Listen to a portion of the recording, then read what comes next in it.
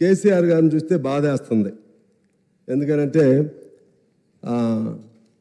ఆయన చాలా విజన్ ఉన్న నాయకుడు, అందులో తప్పులేదు.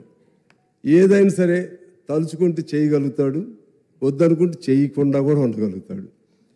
ఈయన అంత తెలియగలిగిన వాళ్ళు అన్ని వాగ్దానాలు ఎందుకు చేశారు, ఎందుకు చేయాలి? ఇప్పుడు మీకు వచ్చిన ప్రాబ్లమే.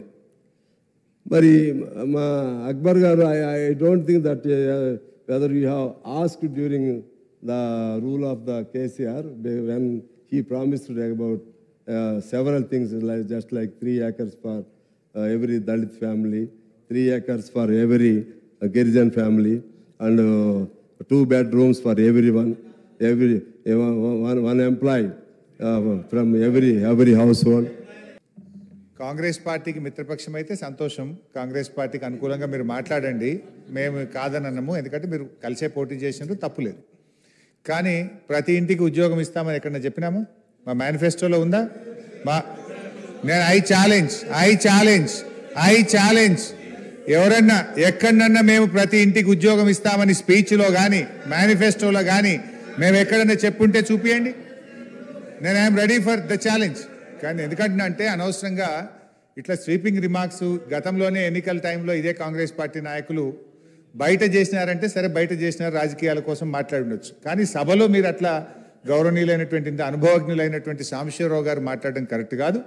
మీరు గవర్నర్ ప్రసంగం మీద మాట్లాడండి, కానీ అక్బరుద్దీన్ ఓవైసీ గారిని ప్రశ్నించడం, ఇంకోరిని ప్రశ్నించడం సరి అయింది కూడా కాదు. You please speak on the governor speech. అంతే తప్ప మీరు ఇంకొకరిని ప్రశ్నించడము, స్వీపింగ్ రిమార్క్స్ చేయడము, మేము చెప్పని దాన్ని చెప్పినట్టుగా మాట్లాడడం అనేటువంటిది మీ వయసుకు మీ అనుభవానికి తగింది కాదు. Sir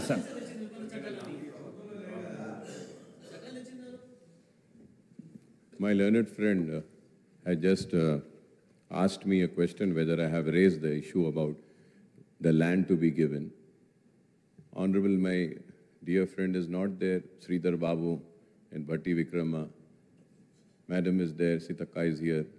They are witnessed. I have raised this issue not only in this house, sir. I have also spoken in the Public Accounts Committee where I was the chairman of that. In that also we have raised the same question and replies was given. I have the documental evidence also.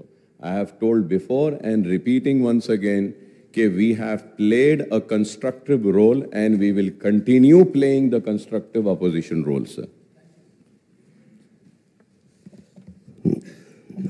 I have no such doubt, because always you will be on constructive side. But just I wanted to know that whether you have raised it or not. So anyway, so all these things are related to the government speech only, Mr. Brother Harish Garu. All whatever we have spoken here, everybody spoke something. Everybody spoke something. దీనిలో ఈ budget అదే మన governor speech కి సంబంధించి అన్ని వచ్చినాయి. Governor నేను ఇంకా మీకు చెప్పాలంటే ఇటువంటివి హామీలు సహజంగా ప్రతి గవర్నమెంట్ కూడా చేస్తూ ఉంటుంది. ఉన్నప్పుడు దాన్ని అమలుకి ఎలా చేయాలని నేను చెప్తుంటే అప్పుడు భూమికి సంబంధించి కానీ ఇలా మీరు మమ్మల్ని బెదిరించలేరండి. హరీష్ గారు మమ్మల్ని బెదిరించకండి ప్లీజ్ సార్. మీరు ఇలా డిబేట్ చేస్తే ఇలా బెదిరిస్తారండి? ఒక వ్యక్తి మాట్లాడుతుంటే అరుస్తారా, బెదిరిస్తారా? ఇది సభ ఇదండి, సభ సార్ మీరు చెప్పండి సార్, సభ మర్యాద అండి, సభ భద్రత. నేను మాట్లాడేటప్పుడు నన్ను మాట్లాడాలి, వాళ్ళు ఏమన్నా మాట్లాడవచ్చు. గౌరవ సభ్యులు మాట్లాడుతూ ఉన్నారు.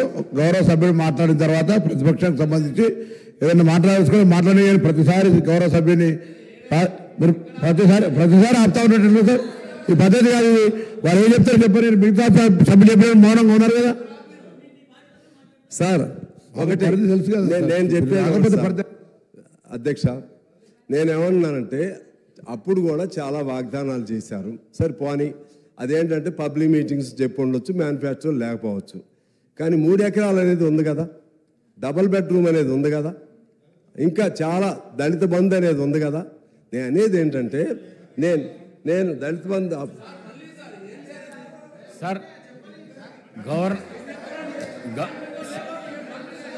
సార్ నన్ను కంటిన్యూ చేయండి సార్. అసహనం ఎందుకు అధ్యక్ష? మైక్ మీద ఎందుకు పోవు? మైక్ మీద ఎందుకు అంత అసహనం ఎందుకు? అసహనం ఎందుకు అంటే ఒకరే రోజు సభ కన్క్లూడ్ చేయండి. అధ్యక్ష మైక్ మీద ఎందుకు అసహనం ఉందా? మైక్ సార్ నేను అనేది ఏంటంటే గవర్నమెంట్గా చేసినటువంటి వాగ్దానాలు అమలు చేయమని చెప్పే క్రమంలో నేను చెప్తుంటే వారికి అంత ఆవేశపడితే ఎలా సార్? దళిత బంధు అనేది మీ క్యాచ్ వర్డ్. మీరు అన్ని చోట్ల చెప్పారు దళిత బంధు గురించి, బీసీ బంధు గురించి అన్ని చోట్ల చెప్పారు, అవన్నీ చెప్పారు. సరే మేనిఫెస్టోలో ఉందా లేదా అనే పాయింట్ కాదు. అందువలన అసలు మేము చెప్పలేదంటే నేనేం చేయలేను దానికి. అది వదిలేద్దాం. నన్ను ప్లీజ్ నన్ను ఎలో చేయండి. నేను ఇక్కడ సెంటర్లో కూర్చుని ఉన్నా.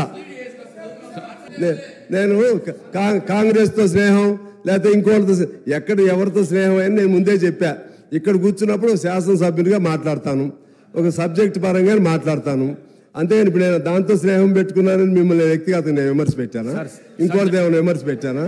నేను విధానపరంగానే మాట్లాడుతున్నా. దయచేసి అర్థం చేసుకోవాలని చెప్పి నేను కోరుతా ఉన్నాను. అదేవిధంగా ఇంకా కొన్ని అంశాలు ఉన్నాయి అధ్యక్ష.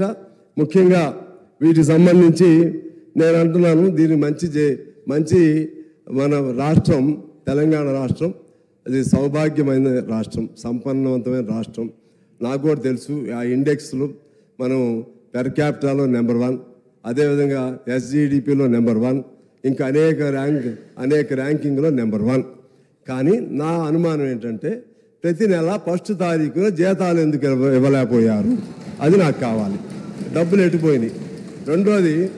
రెండోది స్కాలర్షిప్లు పిల్లలకి స్టూడెంట్స్కి 7,800 కోట్ల రూపాయలు స్కాలర్షిప్లు ఇవ్వలేదు. అది ఎందుకు ఇవ్వలేకపోయారు నాకు కావాలి.